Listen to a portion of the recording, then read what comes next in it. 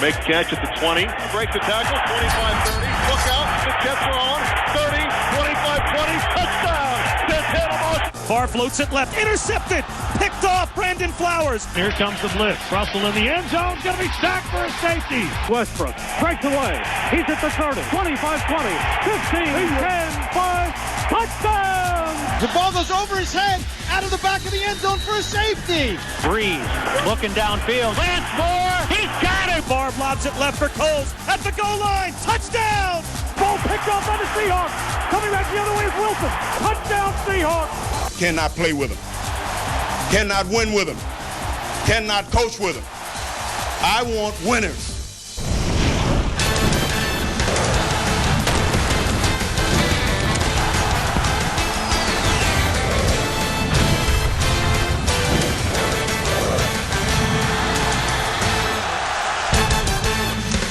Hi, everybody, and welcome into another edition of NFL Primetime. So glad you are here with us. Trey Wingo, Trent Dilfer, Merrill Hodge. We're going to take you through the entire Week 8 that Sunday was in the NFL, including the words of Mike Singletary. Trust me, we will deliver on that.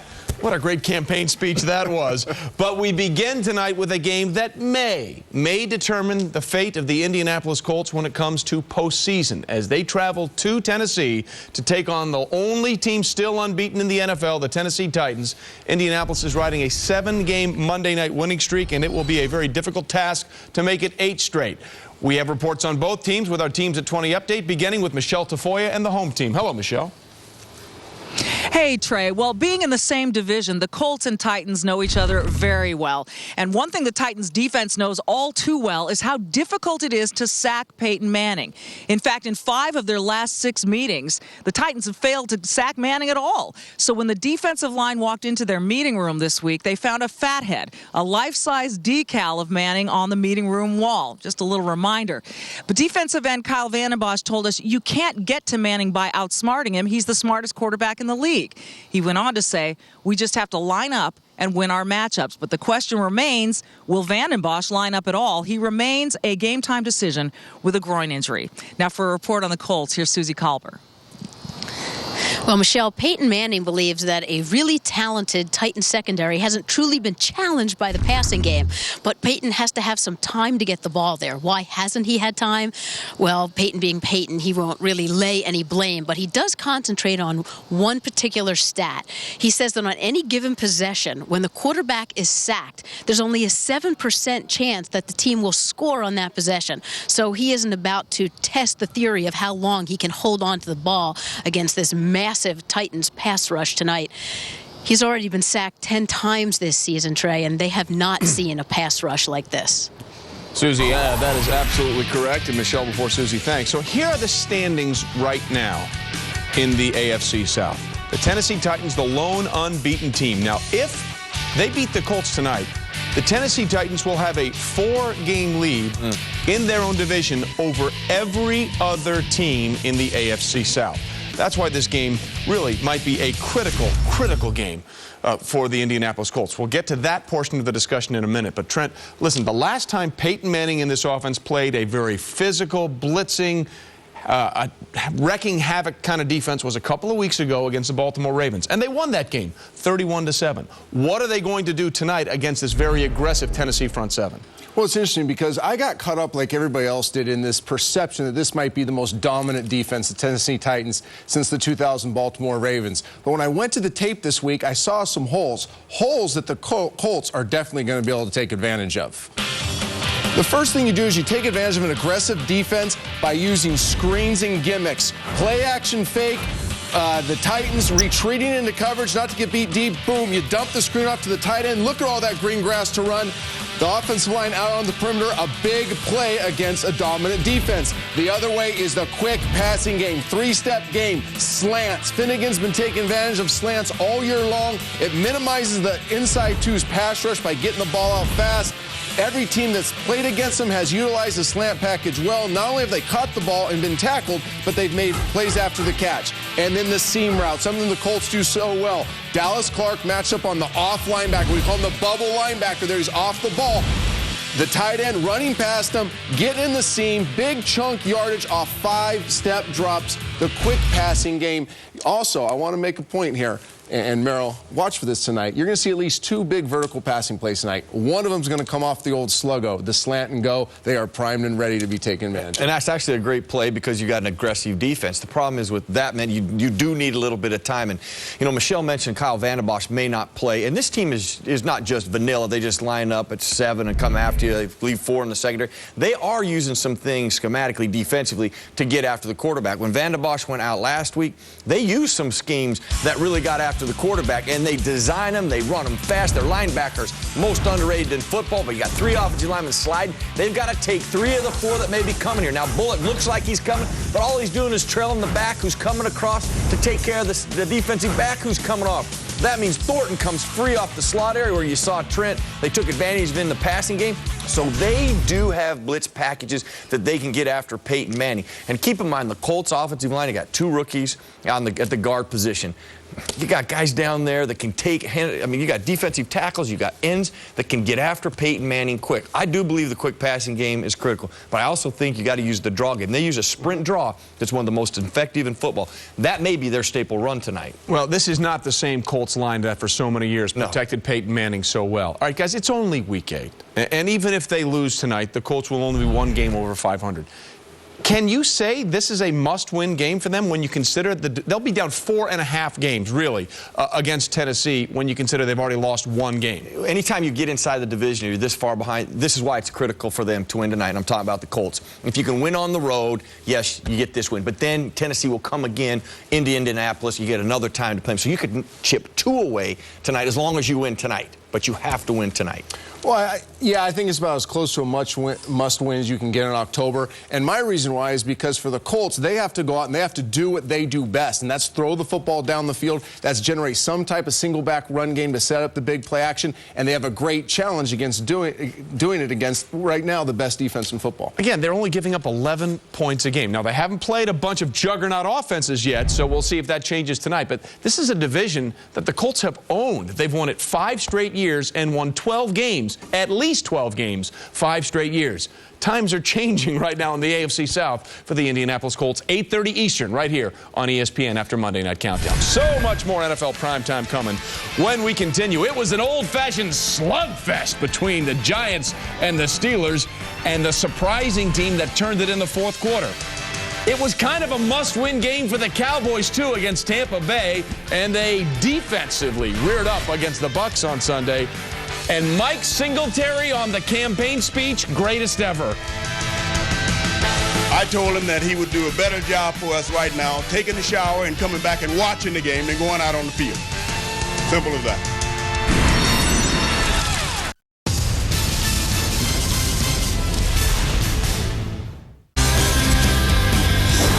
Florida versus Georgia, an intense regional rivalry. Last year, the Bulldogs raised the stakes storming the field. And Florida's title chances. This year, Tim Tebow and the Gators are out for revenge. Part of a live doubleheader following College Game Day, Saturday on NASN. So that's a double helping of live NCAA football. With College Bowl on the side. ESPN 360. Whenever you're online, you're at the game. For Wilson NFL and GST footballs and much more, visit NASN.com, your home for North American sports merchandise. Look at this. Look out. There's your touchdown. Here is the moment. This is for the win. Good. Texas wins.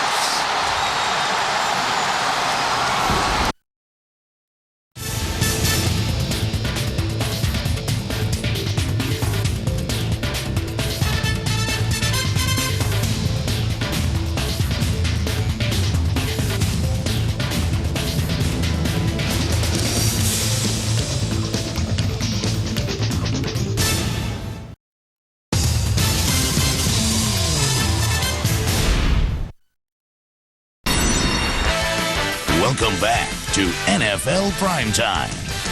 We continue on NFL Primetime. Trey Wingo, Trent Dilfer, Merrill Hodge. 5-1 New York at 5-1 Pittsburgh. Clash of the Titans. And just keep this in mind as we start this highlight. Ben Roethlisberger for his career, 13-3 against the NFC with a passer rating of over 100.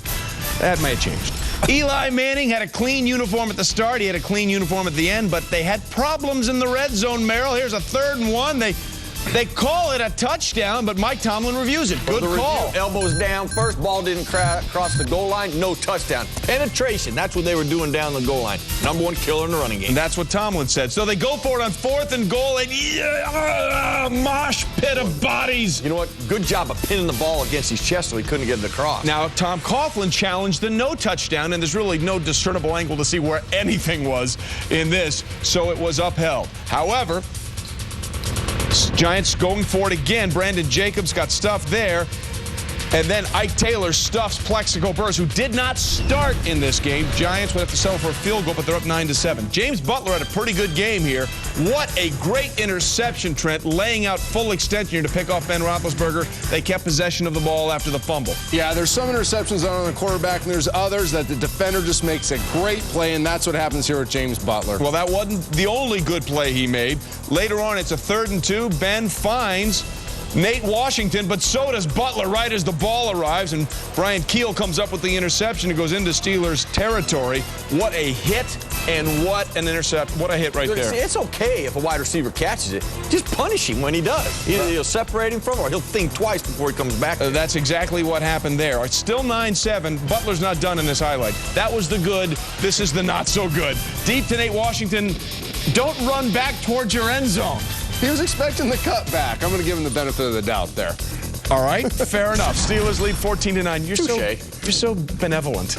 Here's a huge play. 4th and 6 after a delay of game call. They go for it, and what a throw by to Amani Toomer by Eli. It was a perfect throw. Safeties tell you everything in coverage. The deep safety goes back. Troy Polamalu, the other safety, stays up around the box. Eli knows, you know what? One-on-one on the outside, I'm going for it. This tells you about the confidence of Eli Manning. Back picks up the blitzing linebacker, and a beautiful throw by Amani Toomer, who has been money this year. And there's no defense for a perfect throw. No defense for a perfect throw. You just saw that there. And then this was the story the entire 4th quarter. You're going the wrong way, to borrow planes, trains, and automobiles. Matthias Kiwanuka. How do they know which way we're going? Goodbye, 1 of 5 sacks. So that led to this. James Harrison subbing in for the injured Greg Warren on the long snap there to Mitch Berger, the punter, who had hurt his hamstring. That's a safety. Give Harrison credit. He said, I'll step up and try it. So that tied it up at 14. Giants get good field position, and here we go. Manning to Steve Smith, who picks up 25 yards on this play. Double moves are killers. It's a great double move, great protection, but it doesn't always seem like Eli Manning is making the play late in the 4th quarter when he has to. Just like the playoff run a year ago. And then that sets up play action, 2nd and goal. Kevin Boss, hello. Merrill, play action really hurt the Steelers on this one. And actually, this is really good run action by selling the run. They've been running the football down around the goal line. This time, let's make them think we are. Pull it out, get Boss open and back of the end zone. A huge win for the Giants. They win at 21-14. Okay, I'm told 4th quarters are supposed to be a great home field advantage for the team that plays at home. The Giants in the 4th quarter had 113 total yards. The Steelers had -11. It was an unbelievable turn of events in the 4th quarter that really swung this game.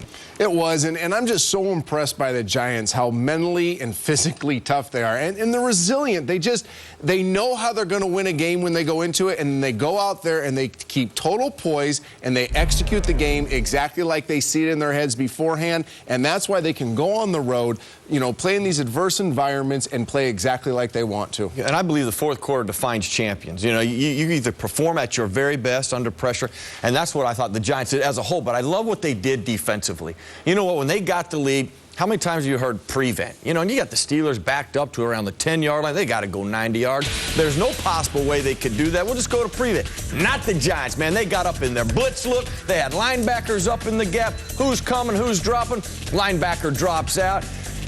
Right there for the slant route. And then the wide receivers were challenged, too. They didn't just bring pressure at Ben. They got pressure on the wide receivers, man-to-man. Who's coming again? Corner drops out. But we press people at the line of scrimmage, coupled with the pressure that we got after Ben Roethlisberger. And then when it's 4th and long, are we just going to see if they can throw up a helmet? No, we're going to pressure them again. We're going to show blitz. We're going to drop people out. We're going to bring people. Again, pressure on Ben. He's got to throw it up. Eventually, the Giants intercepted, but it's their mentality when they walk into games. I love that mentality. Ultimately, it's a championship mentality. And when we evaluate and look at teams, that's how we're evaluating them. Are they good enough to be a champion? That's why when teams aren't good, like Detroit and Kansas City, that is the standard. Everybody's trying to win a championship here. The Giants have about as many pieces you can possibly have to that puzzle right now. Well, going back to how you play in the fourth quarter to find you, Eli Manning, 5 of 10, 70 yards, a touchdown, a passer rating of 106 in the fourth quarter. Ben Roethlisberger, normally very good in those situations. He was 2 of 10, 2 interceptions, had a passer rating of 0 in the fourth quarter of this game. Hey, good news for the Giants. Steelers game is over. Bad news is you got to play the rest of your schedule. Find me the weak link here. Where is it? This is a brutal stretch of 8 games for the defending Super Bowl champion. There is no weak link there. There is none. So basically what we're saying is... You say the Cardinals, but they've gotten... No. They win the division. And it's at the Cardinals where they are very good. I'm saying of all They're so much better at home. The good news is, though, if you get through it, it just makes you tougher, makes you have a better, or even more self-belief. If you survive. If you survive. You'll be tested. No question about that. The question is, do you have much left for the final exam? When we continue on NFL Primetime. Hey, Brian Westbrook is back. And so is the Eagles' offense.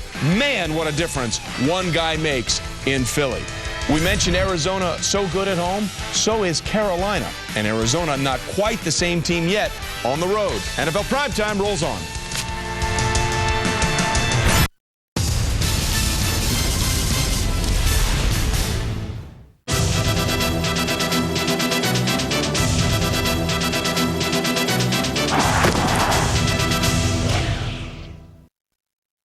Braylon Edwards is a sight for sore eyes in a city longing for a superstar.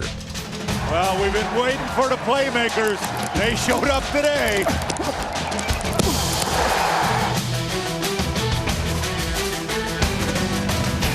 And Braylon Edwards has got another one. And that's a new team record. What a catch by Braylon Edwards! And he goes in for a touchdown!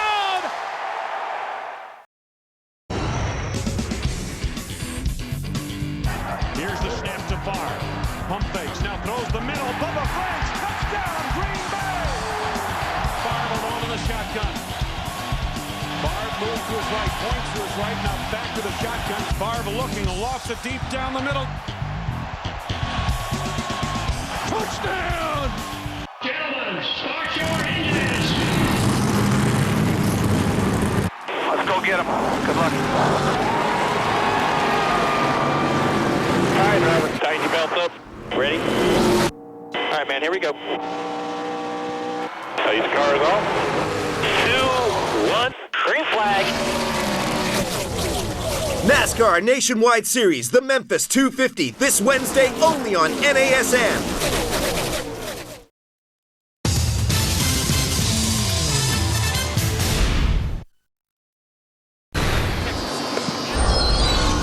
Welcome back to Primetime. I'm Susie Colbert in Nashville with your Teams at 20 updates. The Colts defense was built to play with a lead. Problem is, they haven't had a lead very often this season. Middle linebacker Gary Brackett explained it. They're used to standing on the sideline, watching the offense, and getting some rest.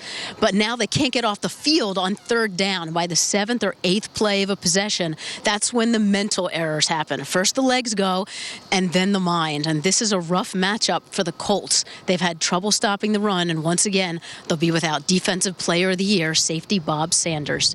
Your Teams at 20 updates will continue until kickoff, 8:30 p.m. Eastern on ESPN. Right now, back to Primetime. Home cooking good for both of these teams, but Arizona and Anquan Bolden were on the road taking on the Carolina Panthers. First game back since the fractured sinus, and there is Anquan Bolden. And you know what? Recognition. I got Anquan Bolden on a linebacker. Yeah, you like that matchup. He's a very good linebacker. I like my receiver a lot better. Kurt Warner finds him with a touchdown. Cardinals up 10-0. They're down 17-3, Carolina is, when play action from Jake Delhomme, who's quietly having a tremendous year, finds Jeff King wide open in the middle of the field, and then D'Angelo Williams does the D'Angelo Williams thing here. Look at this run, Merle. Trey, this may be the drive that changes their season, or we reflect on the most about when did it change for the Carolina Panthers. This drive and that run. Touchdown there, and John Fox is fired up on the sidelines. That's what I'm talking about. 17-10. Special teams not so special here. Dirk Johnson going for the fake field goal. He completes the pass to Jermaine Tooman, but they're short of the first down, so that really didn't help. And then following a Bolden touchdown, Neil Rackers can't kick it because the holder couldn't get it down in time. Cardinals give away 4 points there. Remember that, 4 points. All right, Steve Smith, well, let's just say you really like to have a receiver like him to throw to, Trent. You know, he turns an average little out route into a big-time play because he refuses to go down. And why not? I think he's a factor back playing receiver. He was our factor back this week because he made the key factor by keeping his feet in. Hill doesn't go down, and he walks the tightrope for the touchdown. He even knew it, even though they tried to challenge. They challenged it. It was upheld. He had 5 grabs, 117 yards, and 2 touchdowns. And then on a 3rd and 13, are you kidding me? Draw play to D'Angelo Williams. Yeah, well, this is about championship, too. You know you don't want to give the ball back. Look at the draw play. Center does a great job of doubling with the guard off to the safety. Then Hoover, the fullback, you've got to get up on that middle linebacker who's dropping deep, anticipating pass. So this ends up being a great call. Now you have what we call a massive alley for your runner. And once he gets there, D'Angelo Williams realizes I got to compliment these guys. I got to break tackles. I got to get that first down, and he does. And Jake knows what they have just done. 27-23. They won by 4 points. I told you those 4 points would come back to haunt you. All right, the education of young Matt Ryan as a quarterback continues. Atlanta playing so well, coming off their bye, taking off the Philadelphia Eagles, who are always good off their bye. 9-0 heading into this game. Matt Ryan looking for Roddy White. Boy, what a receiver he's become, Trent. He's become Matt Ryan's favorite target, and he trusts him. This is after Asante Samuel already intercepted him on the same route.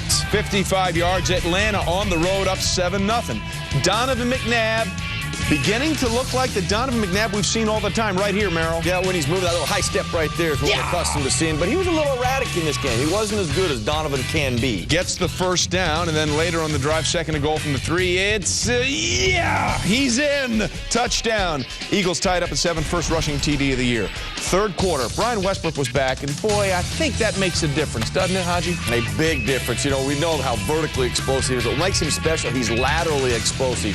You always tell the runner, when we get good blocks like this, that 8th defender who's dropping into the box is yours. Breaks the tackle there. The lateral explosiveness I talked about, around the corner, touchdown. He had a tremendous game. So did Matt Ryan, by the way, and so did Roddy White. Great catch in the back of the end zone. So the Falcons are only down 20-14. Now, this was really the key element of the game. 4th and 1, Sav Rocca to punt. Now watch Adam Jennings. He backs away from the ball. The officials say he muffed the punt. You can't advance a muff, so if it is a muff, it would have been the Eagles' ball right there. Now, it's still over 2 minutes, so Mike Smith can't challenge because he's out of timeouts. Guys, he never touched the ball. Well, for one, he's from Fresno State, and Fresno State guys don't make mistakes like that. Where'd you play? Fresno State. Just checking. Thank you. Okay. So that's a problem, and that led to this. Brian Westbrook busting outside, 39 yards and a touchdown that sealed it. 167 yards for Westbrook. Tough break there. The Eagles win it 27-14.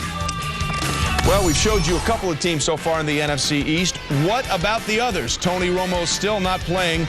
A punter making great tackles for the Cowboys. Wade Phillips in charge. John Gruden very unhappy. And it's not how you start, it's how you finish. Brett Favre was living proof of that on Sunday against the Chiefs.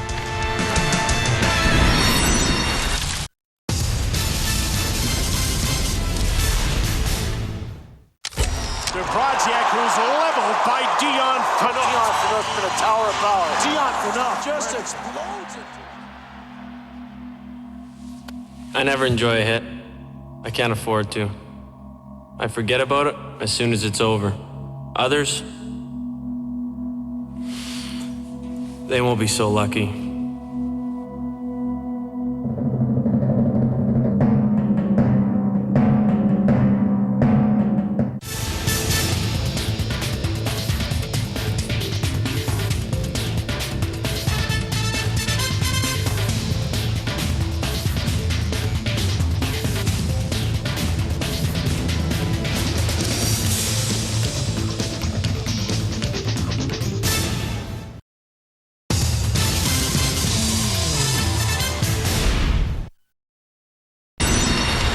Dallas Cowboys trying to right the ship against the Tampa Bay Buccaneers. This one would not go down in the Offensive Hall of Fame. Tony Romo still out, so Brad Johnson in. Trent, you know Brad, you like Brad, didn't really play well. He hasn't played well in 2 weeks. He's dropping his arm a little bit. The ball's sailing on him. He's not nearly as accurate as he normally is. Well, that's his trademark. I won't be able to make all the deep throws, but I'll be accurate when I throw it. And that's the thing that I think has people puzzling in Dallas, because there was potentially a touchdown. I will tell you this, what teams are doing too, they know he can't throw it down the field, so they play man-to-man. They challenge every single throw that he has to make. 10 of 19 for 57 yards in the first half. Late second quarter, Tampa Bay apparently feeling very generous. This is a 3rd and 12 play. There's no way Barber's getting the first down, but it's a horse collar tackle. So the Roy Williams rule comes into a help right now for the Cowboys. Give them a 15-yard penalty, automatic first down. Then Johnson, that was a good throw. Patrick Creighton dives inside the 5-yard line. After the play, Cato June comes in and takes a swing at Mark Colombo. That'll always get a penalty. John Gruden looked like his head was going to explode. Next play, 6 seconds left. Roy Williams can do this. He can do that. And I mean, I'm telling you, everybody I was watching the game with knew this play was coming. I don't think Buchanan did. Yeah, 10-6 Cowboys. Now, the defense under much scrutiny, Wade Phillips taking over play calling. They stepped up a little bit in this game, Merrill. Well, one thing is very clear. They were swarming to the ball. They played with a sense of energy that they're going to, and urgency that they will have to continue to do this year. That forced a field goal, and then the pressure on Garcia all over the place, and sometimes it was perceived pressure. Yeah, once you start hitting the quarterback, they start perceiving it. Even if you show it, they start playing a little faster. It doesn't take you much to get Garcia playing fast. But there wasn't a lot that they had a cushion with because the Cowboys' offense couldn't do anything. Jeremy Stevens, a key first down. 47 seconds to play, 4th and 4. Ike Hilliard for 6 yards, first down inside the 25. But they're down by 4. They've got to get a touchdown. So here is the game, 4th and 5. Garcia scrambling, running to Marcus Ware to face it. It's incomplete. And look at the jubilation in Dallas. Woo-hoo-hoo! Turnover on downs. Cowboys love it. They win it 13-9. Disclaimer, this game will not go anywhere into the Pro Football Hall of Fame. It was ugly. It wasn't pretty. But you know what? Cowboys have been too pretty, perhaps too long. They needed to find any way to win and stop this tide of 3 losses in 4 games. I would agree. I mean, sometimes you just got to get dirty and you got to play physical, and that's what the defense did for the Dallas Cowboys. And there were some changes. Well, the Cowboys play a 3-4 for a reason, because when you have 4 linebackers, you can do a lot with them. You can move them around. You can become very active with it. And Wade Phillips did that in San Diego and was successful with it. And that's what I saw the change in this game. They were bringing people up, lining them in different places, who's coming, who's staying. At the snap of the ball, guys were dropping out, knocking passes down. And what I love about this is you bring 2 linebackers. Because you've gotten pressure, you force Garcia to think they're going to get pressure. He sacks himself. And then more of that, walking around, standing people up, bringing the safety down. Watkins comes down. Ware on the other side. They come on the corner. Nobody picks them up. They created a lot of problems to the offensive line for the Tampa Bay Buccaneers, their backs, and to Jeff Garcia. And that's the way they're going to have to continue to play. They can't just line up and say, our front 7's good enough. I think they continue to do this. I thought the energy was much better, and I thought they played better like that. It looks like the Cowboys players like to play fast like that. They did, and their front 7, you said, their front 7 took control of this football game, and I think it's exactly the type of football game the Dallas Cowboys needed to play in and needed to win. It had to be about grit and grind and energy, enthusiasm, and doing your job, and that's what you saw. Their blitz numbers weren't up higher. They just blitzed better. They were more effective. They did their jobs individually, everybody across the board, much better in that football game than they had in previous games. They had to, because the Cowboys generated only 172 yards of offense, lowest offensive yardage total ever in a Cowboys win. Now they come to the Meadowlands this coming Sunday for a huge game in their division against the Giants. All right, what about the Washington Redskins? You thought, hey, this thing might go well for them. Washington Redskins in Detroit, what could possibly go wrong? Redskins look to improve to 6-2 for the first time in 8 years. And there's Ramsey Robinson. He spot shadowed because, well, he did something. Not something great. We'll talk about that in a second. There's the touchdown to Santana Moss. But what did Jason Campbell do, Trent? This is textbook Jim Zorn. Ball tight, avoid, reset, eyes downfield, deliver a dime. We're watching Jason Campbell grow into a super stud in this league under Jim Zorn's tutelage. Well over 200 attempts without an interception now. And Santana Moss, Lions won't tackle me. My own teammates running into me won't tackle me. Coaches off the bench, come on, come get a piece. face. Nobody's tackling me. 80 yards for a touchdown. First on a punt return since 2002. There's Moss. Apparently, he strained a hammy. So now you got to rely on the running game. And Clinton Portis says, well, with holes like that, I could have done this on roller skates. Merle, that was a big, big play. But Tremonics, this has been a theme here. We've got alleys and we got massive alleys. That's the cone of integrity. When that offensive line gets an opening like that, now you must make somebody pay. You must punish people. 5 straight games with at least 120 rushing yards. And here was the game. It was still a contest late. 4th and 3, Dan Orlovsky to Calvin Johnson and London Fletcher. London calling. Well short. Redskins win 25-17. Okay, it was a comeback in this game for the Redskins against a Lions team that is, well, winless. As we go inside the numbers, Jim Zorn's halftime speeches must be very Singletary-esque, because the Redskins become a different team in the second half of this season. Not only do they outscore their opponents by over 30 points, but they run the football exceptionally well. Clinton Portis has 569 yards in the second half. That total by its own self would be the 6th most rushing yards in the entire league. Chiefs, Jets. Those are just very large logos somewhere in our field. Brett Favre, second in the NFL with 8 interceptions heading into action against the Chiefs. That's called foreshadowing. Late first, Jets up 7-0. Favre dropping back looking for Jericho Cotchery. Instead, he finds Brandon Flowers. Not only does he pick it off, but he returns it 27 yards. And Favre is sort of squanched here as he hit. And then it was picked off. Late second quarter, 7-7 play action. Favre throws the ball into double coverage. Gerard Page says, thank you very much. That was not a great throw or a great decision, perhaps. Third quarter now. Jets down 17-14. Brett Favre. Oh, this one should have been picked off because Derek Johnson, the linebacker out of Texas, had pick 6 written all over him. Yeah, he read all over Brett Favre on that one. Can't throw it through him anymore. Yeah, it's like those days when you could. Yeah. Okay, just checking. Fourth quarter, Jets now up 21-17 and really looking for a field goal that would seal it, but there's Flowers' second pick of the day. I said 27 yards on the first one. Much better this time. How about 91 yards for a pick 6? And suddenly the Chiefs are up 24-21. What happened? Receiver stops on the route. There's just one more example of Brett Favre and his receivers not being on the same page. They have to fix that immediately. All right, so they're now 11 interceptions on the year. But Leon Washington Merrill was the reason the Jets won this game. Yeah, we could call him a factor back because he was a factor again in all aspects. Running the ball, catch the ball, and special teams. Well, this one was a 60-yard score. And then later in the fourth quarter, when it was 24-21, Leon Washington takes the punt. You mentioned special teams. I did, Trey. It's like you knew this was coming. You'd think. It makes a man miss and eventually gets past midfield, 37 return yards at 173 total return yards and the 2 touchdowns, and that set up the game clincher to Lavernius Coles. And you can complain all you want about Brett Favre, but he's a guy that can make this play when it matters the most. Great anticipation, great location. It's how you finish. And the Jets finish on top, 28-24. Rams, Patriots. Suddenly, this Rams team under Jim Haslett, much better. Bill Belichick, his teams were always good. Second quarter, 7-3. Hey, who was the first receiver taken in the draft? That would be Donnie Avery, second round out of Houston. And there's a 69-yarder for a touchdown. You like the robot. I really like the robot. You are so aging yourself right there. Rams up 10-7. Okay, Randy Moss here is going to set a block or not, and then Wes Welker pays the price for it. Yeah, blocking is 90% desire. Okay, I'll leave it at that. You're saying there wasn't much there. I'll leave it at that. Okay, and then, well, that should have been a touchdown. Randy Moss can't hang on. Those are really fine play by the defensive back, getting his hand in there, knocking the ball out. Jason Kraft, and then Matt Castle throws it. Oshimago Atagwe is always around the ball. Full name coverage for an interception like that. Rams would tie the game on the ensuing drive. Key drive in the fourth quarter. Matt Castle, well, listen, Moss will eventually make plays for me, especially when he's that wide open. Gets across the 40, 23-yard gain.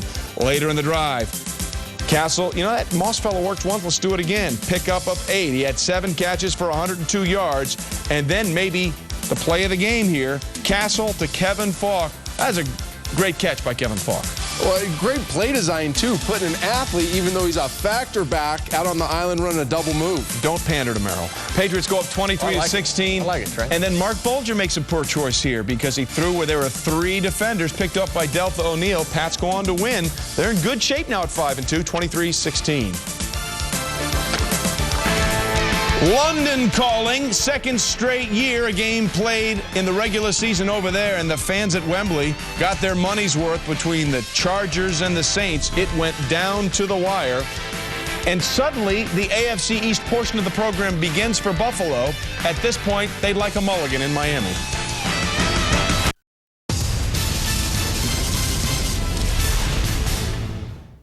Gentlemen, start your engines.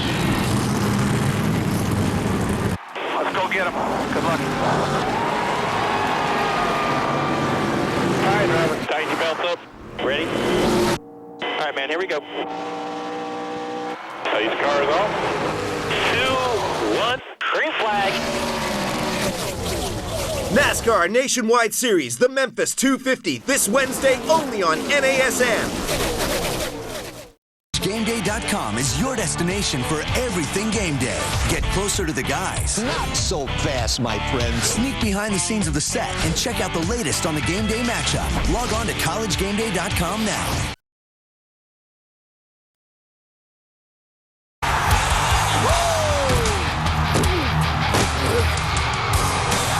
Make it your day. Oh, yeah.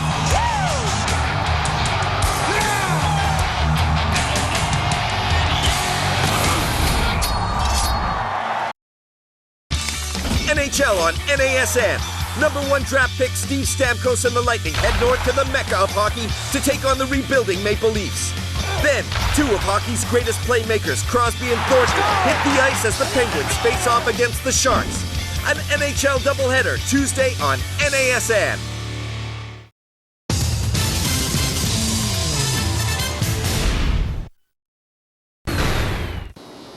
Welcome back to Primetime. I'm Michelle Tafoya in Nashville with this Teams at 20 update.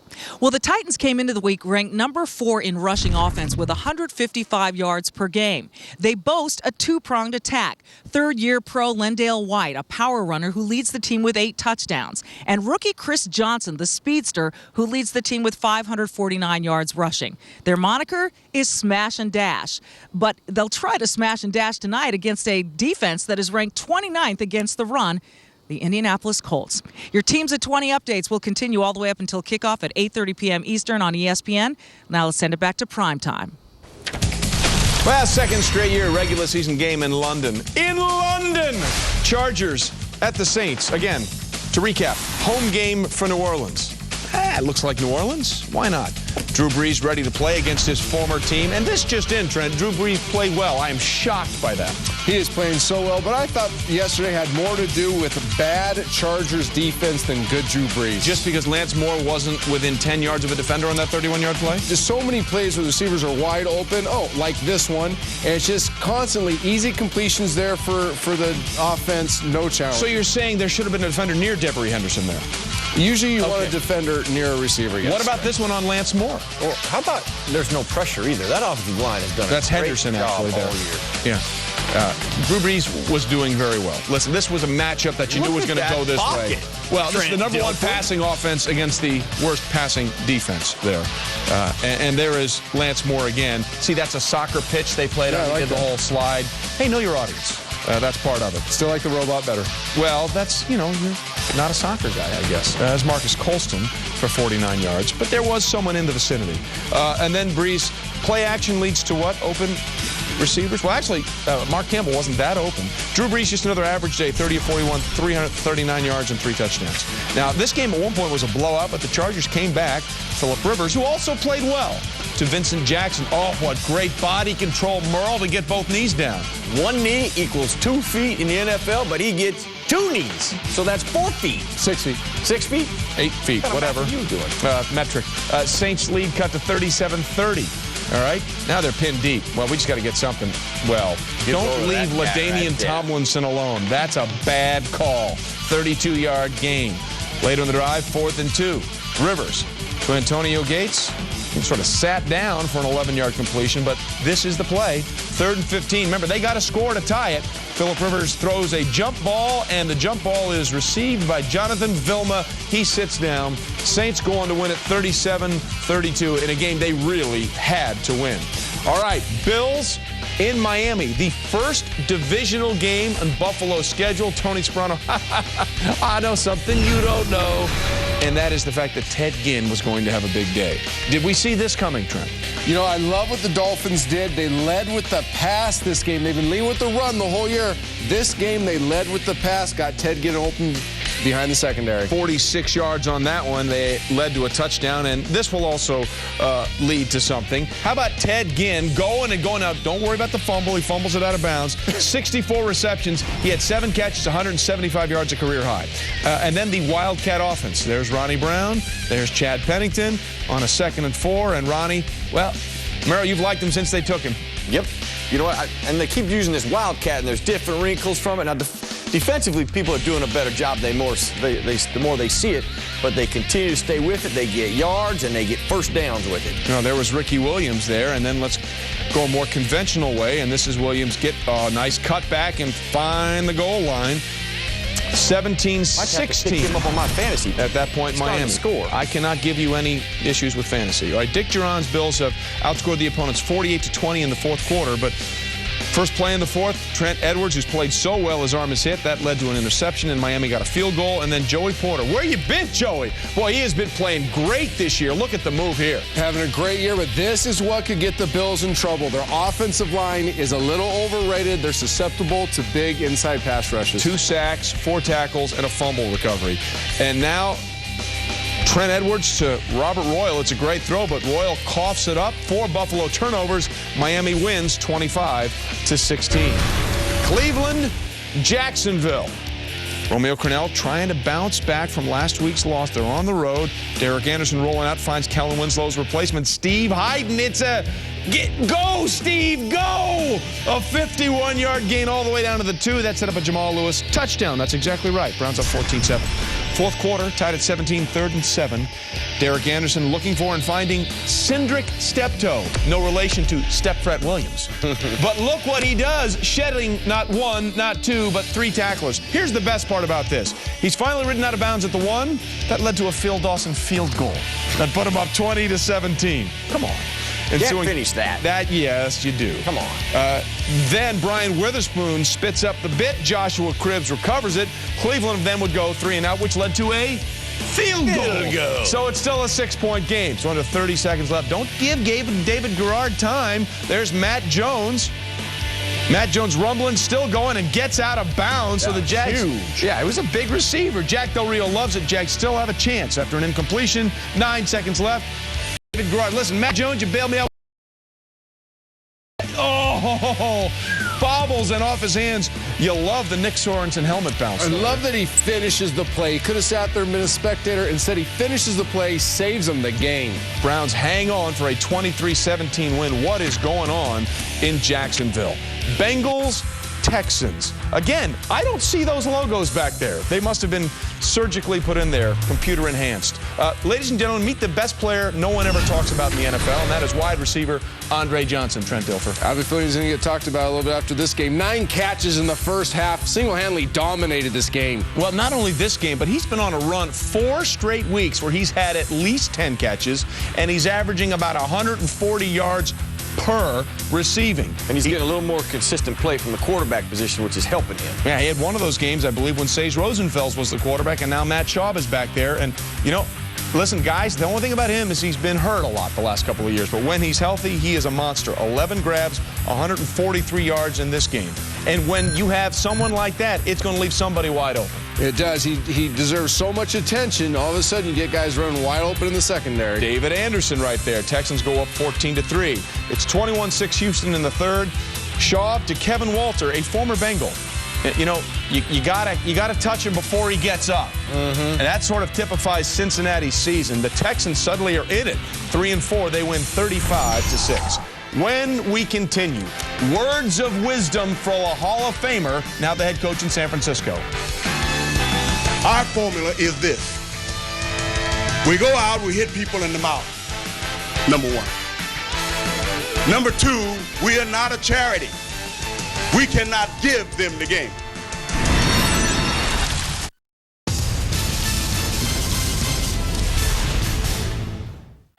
Join in the passion and pageantry of college football every Saturday on NASN. Chris Fowler, Kirk Herbstreit, and Lee Corso get you ready for all the college football you can handle live on College Game Day. I got it! Followed by an action-packed doubleheader. Live college football, Saturday on NASN.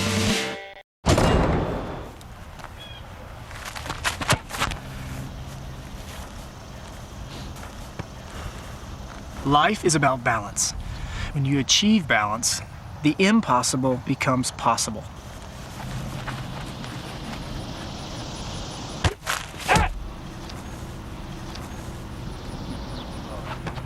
Pick me, Grasshopper.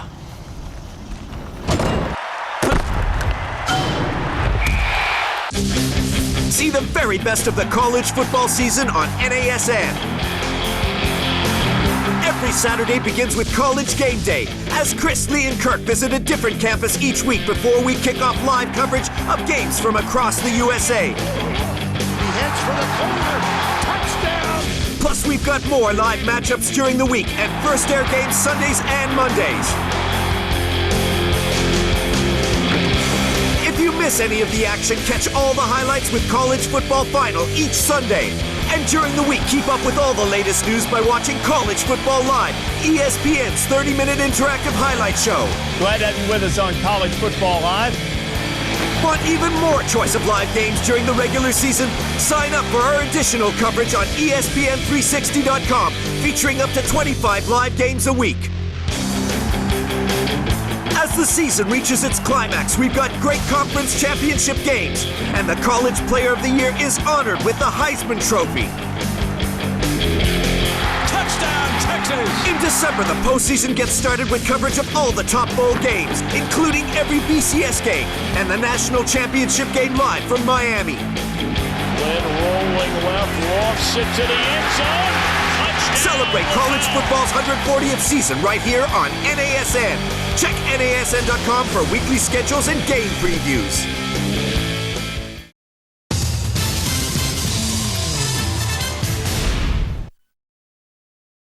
Raiders, Ravens, here's all you need to know. Joe Flacco did a little bit of everything here. That's Troy Smith, the other quarterback, handoff. This always works, Trent, because nobody thinks to cover the I love the pump fake by Troy Smith. Hasn't played in a while. Pumps the safety open. Opens up his big-time receiver, Joe Flacco, for the big play. It was covered, actually, on that play. Hey, if quarterback doesn't work out, we'll split you out wide. That led to a Ravens It's field the goal. Wildcat. It's a quarterback. It's a Flacco cat is what it is. He runs it in. Ravens go on to win 29-10.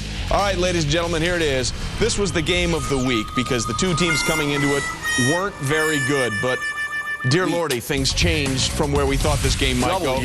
Mike Singletary's debut as the head coach of the San Francisco 49ers. First quarter, 49ers down. JT O'Sullivan rolling, turning over in. Patrick Kearney picks it up and returns it all the way to the 49-30. So instead of having points for your team, you give them away. This leads in English, to a Seattle field goal. Second quarter now 13-3. 49ers going for it on 4th and 4. JT O'Sullivan. Did I mention he has turnover issues? Yeah, 17 in 8 weeks. That's interceptions and fumbles. Yes. And this is a pick six all the way. Now, notice that is Vernon Davis, the tight end, running to try and tackle him before he got in. Seahawks go up 20-3. Gotta be impressed with that effort now. 17 of the team's 20 turnovers. JT O'Sullivan. That's why he's sitting there. That has got to change. All right, now, About to.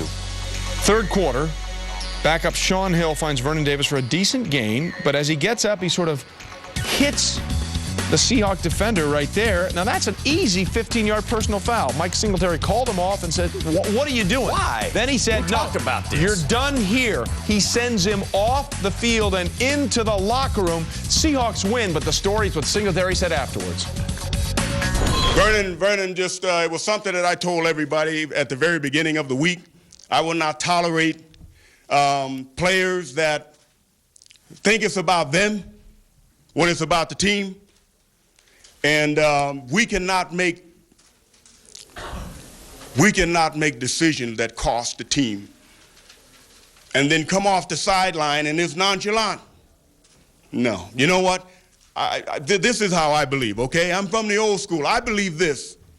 I would rather play with 10 people and just get penalized all the way until we got to do something else, rather than play with 11 when I know that right now that person is not sold out to be a part of this team. It is more about them than it is about the team. I cannot play with them, cannot win with them, cannot coach with them, can't do it. I want winners. I want people that want to win. Go ahead. What's up next? Did you kick him off the field as you tell him to go into the locker room? I told him that he would do a better job for us right now, taking a shower and coming back and watching the game than going out on the field. Simple as that.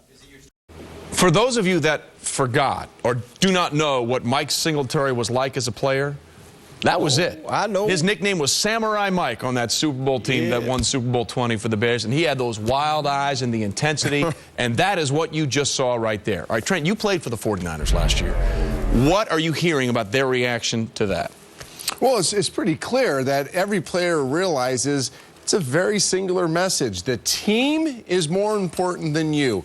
And Mike Singletary has a very concise way, Merrill, of letting you know that this will not be tolerated. You do what's in the best interest of the football team, period. And the first time you don't, there's consequences. Yep. You know what? Here's what moves me. You know, Mike Singletary is the head coach, and he has established the law and the rule. He has given his word of what he expects. If he does nothing to respond after something like this takes place, I will tell you this. Those players will have deaf ears. He now has their attention, and he's made it very clear. When I tell you you're going to do something, you will do it or you will suffer the consequences. There won't be an argument. He said later in his press conference today, you know what, it's going to be a short conversation. You know why? Because he already understands the punishment because the law was already laid down. That's what I love about it, because more coaches need to do this. Now what he has to have is the organization behind him, because that's where you need support too. Is when you got a head coach like this, it's going to bring the right people in, the right character people, people that are winners. Well, you got to have an organization behind you as well with that. Well, listen, you want to talk about character. He had it at Baylor University, where he was an All-American, broke 11 helmets in practice and games. He hit that hard. He was a Hall of Famer for the Chicago Bears. They're getting that same stuff in San Francisco. It's up to the players and the coaches right now to respond to Papa Bear, as in Mike Singletary right now. When we continue on this edition of NFL Primetime, who gets the hardware? Maybe we should just give it to Singletary. Primetime Performers.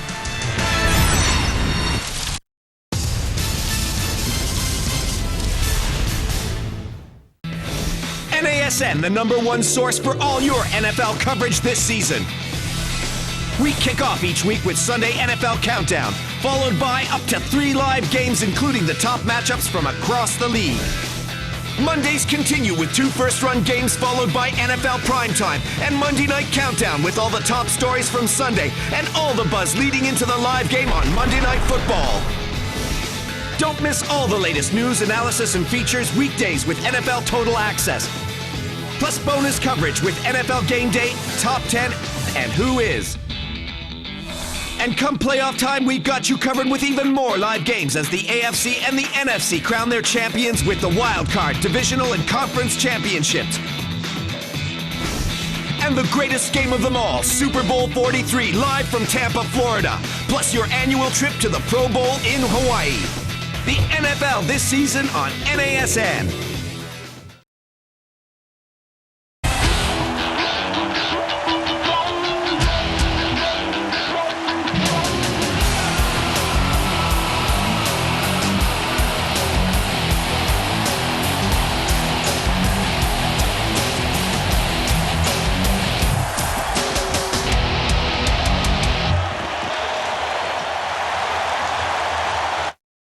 For Wilson NFL and GST footballs and much more, visit NASN.com, your home for North American sports merchandise.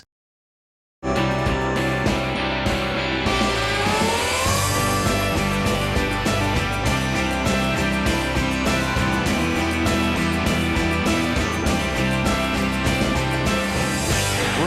says he's got it. The Phillies win the pennant.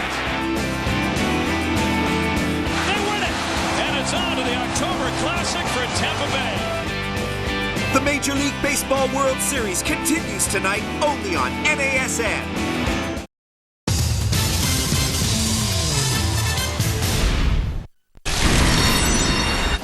Huge college football showdown Saturday night on ABC. Boy, Colt McCoy and the Texas Longhorns are running through the gauntlet right now. They take on 7th-ranked Texas Tech in a Lone Star State showdown Saturday night, 8 o'clock Eastern. What is that? I don't know, but Let's move on. Halloween's around. Woo, baby. Primetime performers, here we go. Merrill Hodge, where are you going? Hey, they needed this win. Were they going to get it with their offense? Absolutely not. That defense needed to step up, and they did. Coach Phillips went to the defensive coordinator and put up a beautiful performance for the Cowboys. The Cowboy D, my primetime performer. Trent, you say? D'Angelo Williams. This was the catalyst for the Panthers' second-half comeback. He's a finisher. He finishes his runs, he finishes catches, and he finished the game with the 3rd and 13 draw. D'Angelo Williams, super stud. Super Mario, ladies and gentlemen, from Super Stud. Andre Johnson, understand how good this player is right here. 11 catches, 143 yards in the win against the Bengals. He's had 41 catches his last 4 games. He's averaged over 140 receiving yards over those 4 games. By the way, I think collectively we should give a shout out to Mike Singletary as our primetime performer. Absolutely. You in? He was on my list. You in? Absolutely. We're all in. Your word. We are all scared in. to not put him on it. Well, I was about to say, can't do it. Won't do it. Do not forget a huge game coming up. Monday Night Football, Titans-Colts, 8:30 Eastern. See you later.